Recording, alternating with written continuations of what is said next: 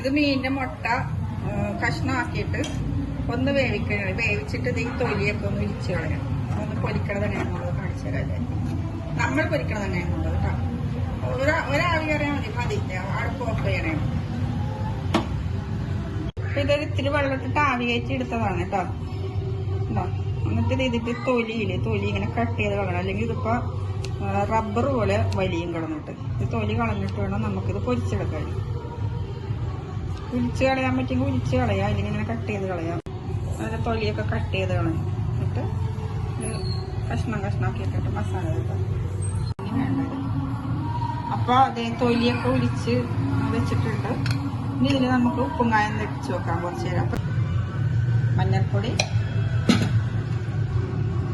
ഇത് നല്ല എരിവുള്ള മുളകായതുകൊണ്ട് ഇത്തിരി ഇടണോള്.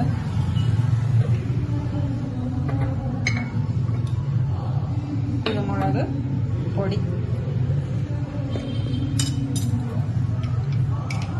ഗരം മസാല, ആവശ്യത്തിന് ഉപ്പ്. നമുക്കിതെല്ലാം കൂടെ ഒന്ന് ചേർക്കാം. മുട്ടയെല്ലാം കൂടെ പിടിപ്പിക്കാം മസാലയൊക്കെ. ഇപ്പൊ വേറെ വെള്ളമൊന്നും ഇനി ഇതിൽ ചേർക്കരുത്.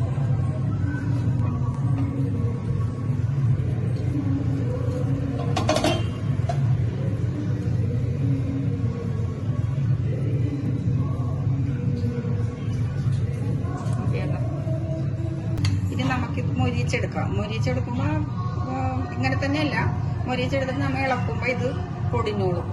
കഷ്ണമായിട്ട് വേണമെങ്കിൽ അതുപോലെ ഇളക്കിയാൽ മതി. നല്ലപോലെ പൊടിഞ്ഞ് വേണമെന്നുണ്ടെങ്കിൽ നല്ലപോലെ ഇളക്കണം. വെളിച്ചെണ്ണ,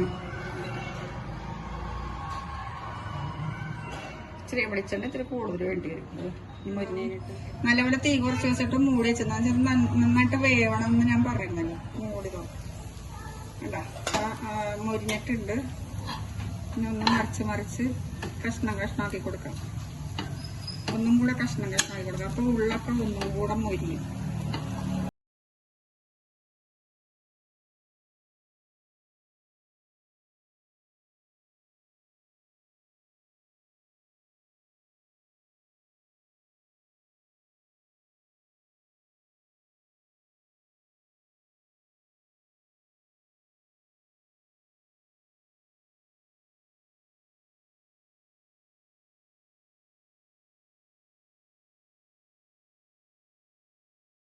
ഇങ്ങനെ കട്ട ഇഷ്ടമാണെന്ന് പറഞ്ഞാൽ ഞാൻ അധികം പൊടിയാക്കണില്ല.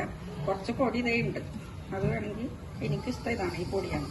പിന്നെ ഇടയ്ക്ക് ഇങ്ങനെ കുറച്ച് കട്ടകളൊക്കെ ഉള്ളിലേക്ക് ഇങ്ങനെ കട്ടകളുണ്ട്. അങ്ങനെ ഇപ്പൊ ഇങ്ങനെ നമ്മുടെ മുട്ട പൊരിച്ചെടുത്തിട്ടുണ്ട്. ഇനി നമുക്കിത് കഴിക്കാം.